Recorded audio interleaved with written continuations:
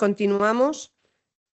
Ahora sí, con el informe tenemos aquí a Aida Rodríguez de CSFOR, que nos va a hablar sobre la resina como herramienta de gestión y los resultados del Living Lab de resina en Segovia. Así que cuando quieras, Aida, gracias. Buenos días a todos y gracias por la invitación a contaros estos trabajos que hemos hecho dentro, en este caso, de un producto que es la resina. Mara nos ha estado como sumergiendo un poco en el mundo este no madreable que no habíamos tocado hasta ahora en las sesiones. La resina, así como por daros un marco, que me imagino que muchos de los que estáis aquí más o menos lo tenéis enmarcado, pero bueno, yo creo que es importante porque este producto tiene unas características. Tiene una característica que yo creo que le distingue un poco del resto de no maderables, y es que el producto final no es tan obvio. Una castaña, te comes la castaña, no sé, como una relación más directa con el producto, el corcho, lo ves, pero la resina, cuando yo doy formaciones de resina y pregunto a la gente, a los alumnos, si saben dónde se encuentra la resina en productos de consumo diario, la gente no tiene ni idea. Y la verdad que es normal, porque tú que pienses que en la tinta de impresión de este folleto puede haber componentes de resina, o que en el adhesivo que pega el plástico de tu botella de agua hay o hubo resina, es muy complicado. Entonces, cuando hemos hablado mucho en las jornadas de que para revalorizar los no maderables hay que traccionar desde los puntos finales de la cadena de valor, y ahí tenemos un consumidor que, claro, no es consciente de que está consumiendo un producto como la resina, resulta particularmente difícil hacer este ejercicio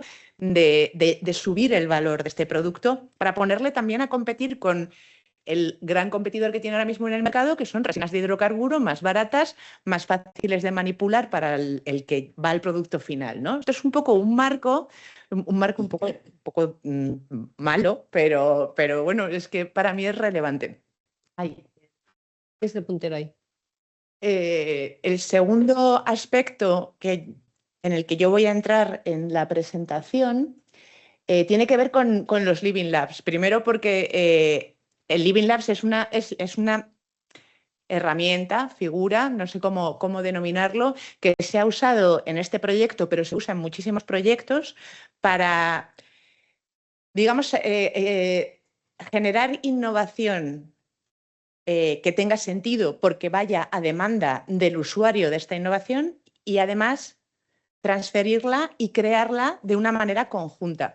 Esto es el resultado, digamos, de haber hecho innovación en lo que se llama desde arriba hacia abajo, en el que unas personas decidimos qué es lo que le interesa a un sector que innovemos y que vaya mal, porque hemos generado productos, herramientas o innovaciones que luego el territorio o los agentes, los usuarios finales, no querían o no usaban, ¿no? Entonces esto es como, llega un momento en el que dice, bueno, igual es que estamos haciendo el planteamiento de manera incorrecta, y lo que pasa es que tenemos que hablar con la gente, ver qué es lo que necesita, generar esa innovación, trabajarla en el propio proceso junto con estos usuarios finales, de manera que cuando lleguemos al final sea una herramienta útil realmente y que por lo tanto te transforme.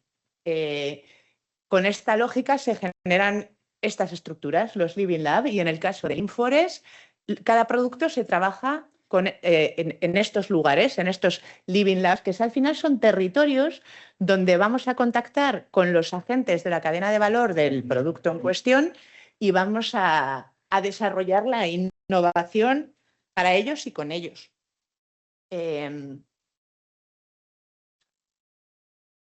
Es que se cargó de estática y ahora me da el método. Yo voy a hablaros del Living Lab de Segovia, pero en resina tuvimos dos Living Labs. Uno era en Segovia y otro era en Guadalajara. Como hicimos lo que acabo de explicar antes, es decir, que interlocutamos con los agentes que había en cada territorio para identificar qué querían hacer. Yo he puesto esto porque es muy interesante. ¿Cuál fue la conclusión del Living Lab de Guadalajara? Que los resineros querían formarse en la transformación de resina de manera artesanal en un producto final. Y entonces ese Living Lab se enfocó en hacer talleres, bueno, primero formulaciones y estudios de las posibilidades de transformar la resina de la manera más sencilla posible en un producto final, que en este caso eran unos ungüentos, y sin embargo, en el caso de Segovia, que lo veremos más detalladamente, la necesidad venía más de los gestores forestales y lo que querían era ver si la resina o la extracción de resina funcionaba como una herramienta para cofinanciar trabajos silvícolas. Fijaros que dos innovaciones tan absolutamente diferentes para un mismo producto. Y esto es el resultado de una consulta y de un proceso. No nos vamos a engañar, conocíamos a esta gente porque también llegar a un territorio de nuevos y pretender hacer esto es muy optimista. Teníamos ciertos vínculos y los territorios se eligieron porque existían unos vínculos previos. Pero aun con todo, en el proceso de diagnóstico se llega a estas soluciones tan distintas. Y lo que hace el Inforest es decir, vale, ¿esto queréis? Pues esto hacemos, tenemos este tiempo, nos ponemos con el tema. Aquí se contrató a una empresa que hacía formulación cosmética en base a productos naturales, hicieron una serie de estudios con la resina de Guadalajara para ver las posibilidades de transformación hasta llegar a esta receta y luego se hicieron jornadas de formación en la que a las resineros y resineras de territorio se les enseñó no solamente a elaborar el producto, sino también el procedimiento de, si quisieran escalarlo a una cooperativa, a un negocio comercial, cuáles serían los siguientes pasos. Y en el caso de Segovia, os voy a contar un poquito más en detalle cómo sucedió. ¿Me puedes avisar cuando me queden 5 minutos que me despisto muchísimo? De acuerdo. Segovia. Marco, Segovia es el lugar de extracción de resina por excelencia en la península ibérica. Cuando la resina desaparecía en todos sitios, en resina Segovia todavía resistió, digamos. ¿Por qué? Porque sus montes tienen las producciones por pie más altas hasta el momento identificadas. Y eso hizo que quedaran muchos trabajadores y aguantaron, digamos, la tradición y la actividad. Esto también hace que las masas forestales de la zona de Segovia estén ordenadas para la resina desde hace muchísimo tiempo. Es una ordenación sencilla, pero digamos que está todo como muy disponible, ¿no?, para la actividad resinera y lo hace muy resiliente frente al vaivén del mercado de la resina. En este lugar nosotros, como ya venimos trabajando con este producto desde hace mucho tiempo, conocemos a muchos de los agentes y entonces en ese proceso de Live Lab, de interlocutar con ellos, la jefa de servicio de la zona más resinera, Coca, Nava, nos plantea una necesidad, una duda, bueno, una cosa que ella viene pensando, que es ella y los agentes forestales de la zona, que es qué pasaría. La resina se extrae de pinos a partir de 35 centímetros de diámetro, pinos ya adultos, de gran tamaño.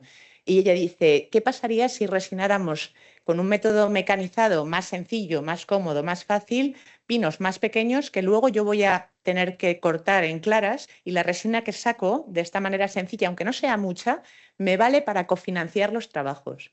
Y además, si consigo que esto sea relativamente fácil, quizás es una tarea que puedo encargar a las brigadas de incendios que tienen como unas horas así que no trabajan o que no trabajan de manera continua, y igual podrían ir una vez al mes a hacer un agujero, poner una bolsa, una cosa como sencilla, pero que al final me saque un beneficio de árboles que al final se van a cortar. Este era un poco como la idea que tenían. Entonces, lo que hicimos fue un diseño experimental con ayuda de los agentes forestales y también los resineros de la zona, en el que diseñamos pues 4 bloques y lo que queríamos mirar era, miramos 4 clases diamétricas de 16 a 20, 21 a 25, 26 a 30, 31 a 35. 4 clases por debajo de la normal.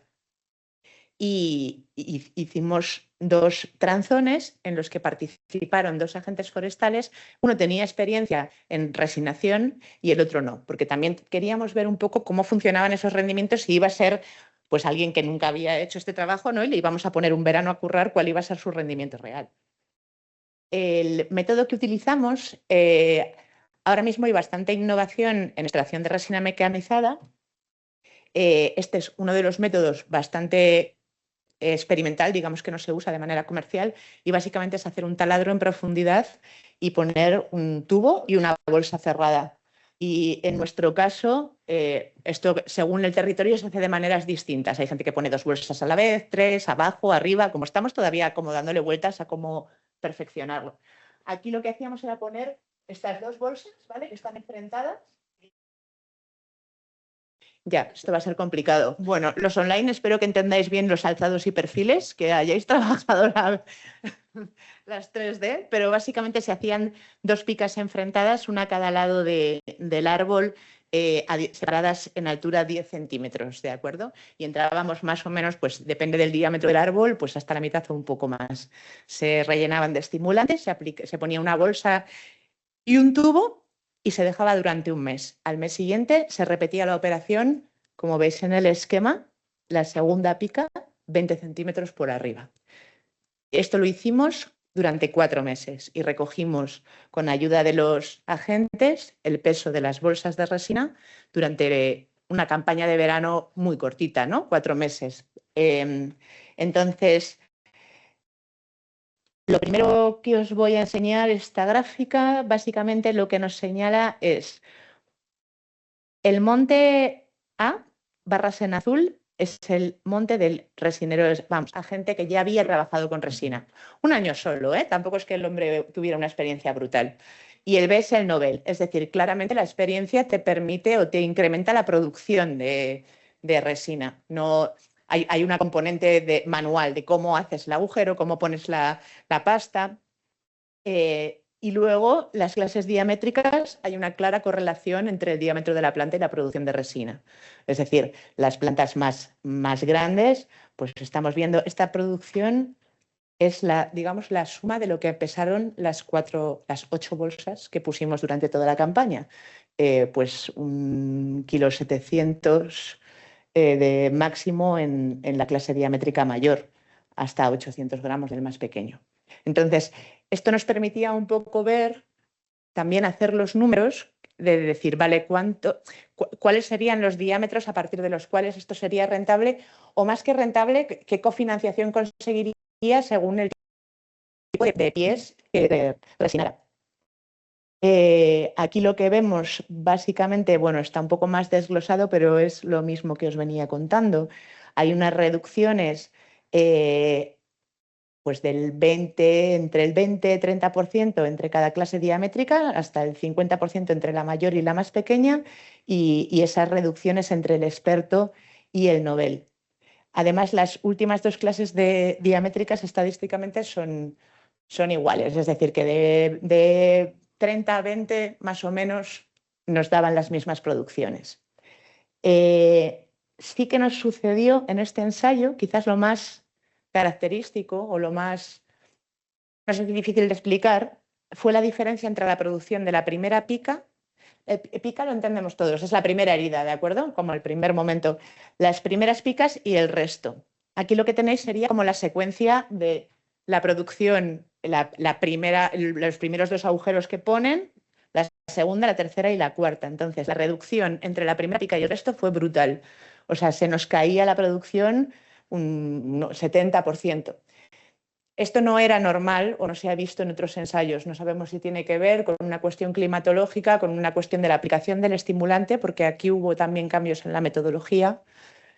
Pero es verdad que ese comportamiento es un poco atípico. Aquí es importante también destacar que la producción de resina está muy correlacionada con las condiciones climáticas. Entonces, hacer un ensayo de un año en producción de resina sobre 200 pies, lo que te da es una prospección, pero no te da respuestas. Aquí podéis ver un poco, es un poco la misma figura, pero para que veáis la primera pica, aquí hay un código de color que los verdes son los números más altos y los rojos oscuros los más bajos. Simplemente es para ver un poco de barrida que realmente las producciones de la primera pica eran completamente distintas y doblaban o triplicaban las del resto. Y luego las últimas eran tan bajas, cuando las producciones son muy bajas ya daba igual la clase diamétrica. Esto es normal, ¿no? O sea, en plan, ya cuando el pino está produciendo tan poquito te daba igual que fuera de 30 que de 20. Estos son los resultados que obtuvimos y también una parte muy importante de los Living Labs tiene que ver con la formación y con la transferencia. Es decir, una vez que obtuvimos estos datos y los analizamos, los compartimos. Esta imagen de abajo es una mesa redonda que tuvo lugar en Coca, donde tenéis a los dos agentes a mano derecha, que son los que trabajaron en el ensayo, y luego los otros hombres que están conmigo en la mesa son resineros que han participado, o sea, resineros clásicos o resineros que han participado en ensayos de taladro. Y lo que se hizo fue un foro de puesta en común sobre ¿tiene sentido mecanizar? ¿Tiene sentido usar este mecanismo? Estas producciones que nos hemos encontrado, ¿vosotros cómo las interpretáis? O sea, ellos tienen que ser partícipes de lo que estamos haciendo y compartir si realmente les parece una línea interesante o no, porque yo como investigadora de alguna manera estoy al servicio de esta gente. Y luego también otras 5 minutos. Y otras imágenes que tenemos aquí tienen que ver con las formaciones, es decir, hicimos ese intercambio del que hablaba antes Mariona, es decir, los resineros de Guadalajara que habían estado relacionados y vinculados al proyecto de cosmética, se les invitó a conocer este experimento y vinieron aquí y se les enseñó el sistema de taladro, las producciones que estábamos encontrando, cómo se hacían, qué finalidad tenía, porque obviamente la idea es que eso luego vaya a otros territorios y se vea si allí tiene interés. En el caso de Segovia es verdad que el intercambio inverso no funcionó. Los resineros segovianos, que digamos es una zona mucho más productiva, donde la actividad tiene un peso más grande, no estaban interesados o no les resultó interesante los que les contactamos el formarse en cosmética natural. Solamente una pareja de Segovia fue a Guadalajara. Esto tiene sentido. O sea, quiero decir que la necesidad de un territorio no tiene por qué ser la del otro. Así que digamos que más allá de nuestro ensayo, que además va a tener un recorrido, porque este verano repetiremos el ensayo, porque bueno, pues los resultados les ha parecido de mucho interés a la Junta. Entonces vamos también a cortar alguno de los pinos pequeños y ver qué ha pasado en el interior de la madera, si el efecto del... Espera, esto es que me estoy yendo a la siguiente diapositiva, os lo cuento. Aquí solo quería poneros que estos son otros experimentos que se han hecho con métodos mecanizados. Esta gente estaba en la mesa de debate que os he enseñado antes. He enrollado mucho, entonces no me voy a poner aquí a enseñaros en detalle las cosas, pero con esto lo que quiero contaros es que se hacen experiencias de mecanización en muchos lugares de la península y hay que confrontar los datos. Tenemos también que juntarnos y ver los ensayos en su conjunto, ver por qué unos... aquí veis, lo que quería enseñaros es que las curvas de producción en otros lugares no hacen esa pérdida brutal de la primera pica a las siguientes. Entonces esto hay que verlo en conjunto con otros lugares y con otros años climáticos y ver qué ha sucedido, porque si extrayéramos conclusiones con lo que hemos visto aquí probablemente serían erróneas. Algunas de las conclusiones de este proyecto ha sido, exacto, hay que ver qué pasa con esa caída de la primera pica y una serie de cuestiones que manejamos como hipótesis de por qué esa caída. Unas tienen que ver lo que se llama el quemado de la resina. Os he puesto una foto ahí y es que la resina lleva un ácido para fomentar el flujo continuo de resina y puede que haya quemado demasiado el tejido porque concentramos mucha densidad de pasta estimulante y eso haya hecho que hayamos agotado el pino parcialmente en esa primera herida y por eso luego no había producciones. También se hizo un estudio de si pongo 2 bolsas y las voy subiendo o pongo 2, porque el pino va a seguir produciendo y entonces me compensa dejar las bolsas puestas, que en principio no parece que interese. Habrá que optimizar cuántas bolsas se ponen a la vez, cuántas picas, en fin, como los detalles para al final hacer unos modelos también técnico-económicos, porque lo que nos interesa de esto, más allá de siempre asegurar que no vamos a dañar a la planta o el sistema productivo, bueno, pues es sacar un modelo de poder darle una herramienta a un gestor, que en este caso es público, pero podría ser un propietario privado. Esto cada vez se busca más, que es como yo tengo que bajar la densidad de esta zona forestal, porque muchas veces, de hecho, está conectada con un riesgo de incendio y yo lo que te ofrezco es una herramienta a través de la cual generas un empleo pequeño, una entrada de financiación y tú te quitas un problema de bajar la densidad para reducir el riesgo de incendio de tu masa. Entonces, es entender la resina de una manera distinta a como se ha entendido hasta la fecha, que era un oficio de enero a septiembre. Ahora puede ser una herramienta complementaria de gestión. Ahí estamos. Esto sería un poco el resumen de nuestro Living Lab.